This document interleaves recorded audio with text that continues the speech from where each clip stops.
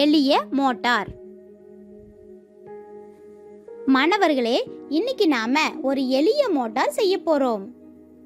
இதுக்கு தேவையானது காந்தங்கள், 1.5 volt battery, cutter, safety pin, cycle tube, rubber stand, 1.5 metre தாமிர ஒயர், கத்தரிக்கோல்.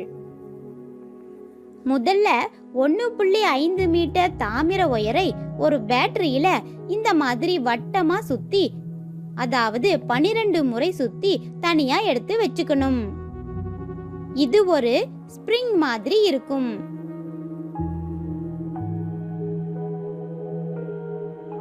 இங்க பாருங்க, இதன் 2 முனைகளையும் வளைச்சு இப்படி இறுக்கமா கட்டிக்கணும்.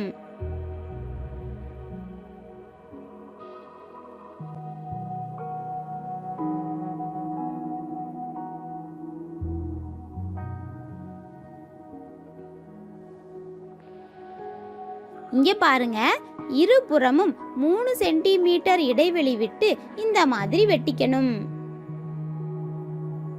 இப்ப இந்த காயிலின் இருபுறமும் நீட்டமா இருக்கிற கம்பியில ஒரு கம்பியின் 3 பக்கங்கள்ல தாமிரம் தெரியற மாதிரி எனாமலை நீக்கிக்கணும். மறுபுறம் உள்ள கம்பியில தாமிரம் 4 புறமும் தெரியற மாதிரி எனாமலை தேய்ச்சு நீக்கணும்.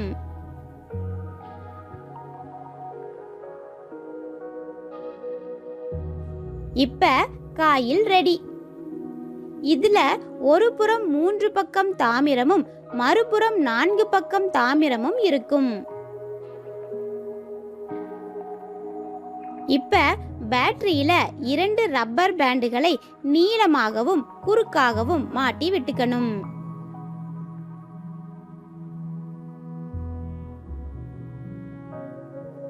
இதுல 2 காந்தங்களையும் 2 சேஃப்டி பின்களையும் இது போல செருகிடலாம்.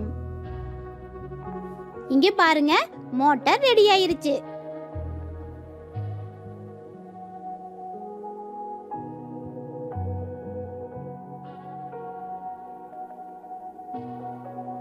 இந்த காயிலை எடுத்து மோட்டரின் 2 முனைகளிலும் இது போல பொருத்தலாமா?